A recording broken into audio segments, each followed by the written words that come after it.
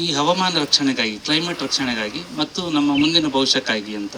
So ಒಂದು ಪರಿಸರ ಉಳಿಬೇಕು. ಪರಿಸರ ಉಳಿದ ಮೇಲೆ ಆ ಪರಿಸರ ಉಳಿದ್ರಷ್ಟೇ ಈ ಹವಾಮಾನ ನಮ್ಮ ಕಂಟ್ರೋಲಲ್ಲಿರುತ್ತೆ. ಮಳೆ ಬರೋದು ಮತ್ತು ಈಗ ನಾವೆಲ್ಲ ಹೇಳ್ತಾ ಇದ್ವಿ ಚಿಕ್ಕಮಗಳೂರು ತುಂಬ ಕಾಫಿಗೆ ಪ್ರಸಿದ್ಧಿ ಅಂತ ಹೇಳಿ ಅಂತ.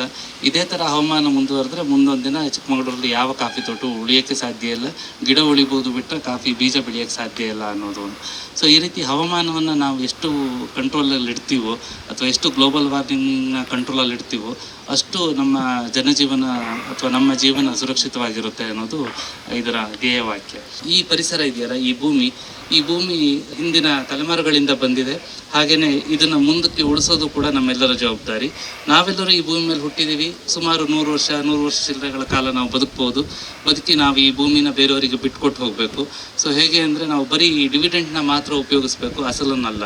ಸೊ ಈ ಅಸಲು ಅಂದರೆ ಈ ಭೂಮಿ, ನಿಜವಾದ ಭೂಮಿ ಏನಿದೆ ಅದನ್ನು ಉಳಿದವರಿಗೆ ನಾವು ಬರುವಾಗ ಯಾವ ರೀತಿ ಇತ್ತು ಅದಕ್ಕಿಂತ ಚೆನ್ನಾಗಿ ಮಾಡಿ ಮುಂದಿನ ಪೀಳಿಗೆಗೆ ಉಳಿಸೋಗುವಂಥದ್ದು ನಮ್ಮ ಧರ್ಮ ಮತ್ತು ಅದೇ ನಮ್ಮ ಧ್ಯೇಯ ಆಗಿರಬೇಕು ಅಂತ ಹೇಳಿ ಅಂತ ನನ್ನ ಭಾವನೆ. 4 ಗಿಡ ನಟ್ಟು ಆಮೇಲೆ ಆ ಗಿಡದ ಸುದ್ದಿಗೆ ಹೋಗದೇ ಇದ್ದರೆ ಅದು ಗಿಡಗಳು ನಾಳೆ ದಿವಸ ಯಾವುದೂ ಇರಲ್ಲ ಮತ್ತು ಬರೋ ವರ್ಷವೂ ಅದೇ ಗಿಡ ತೋಡಿದ ಗುಂಡಿಗೆ ಬರೋ ವರ್ಷ ಹೊಸ ಗಿಡ ಹಾಕಬೇಕಾದ ಪರಿಸ್ಥಿತಿ ಬರುತ್ತೆ.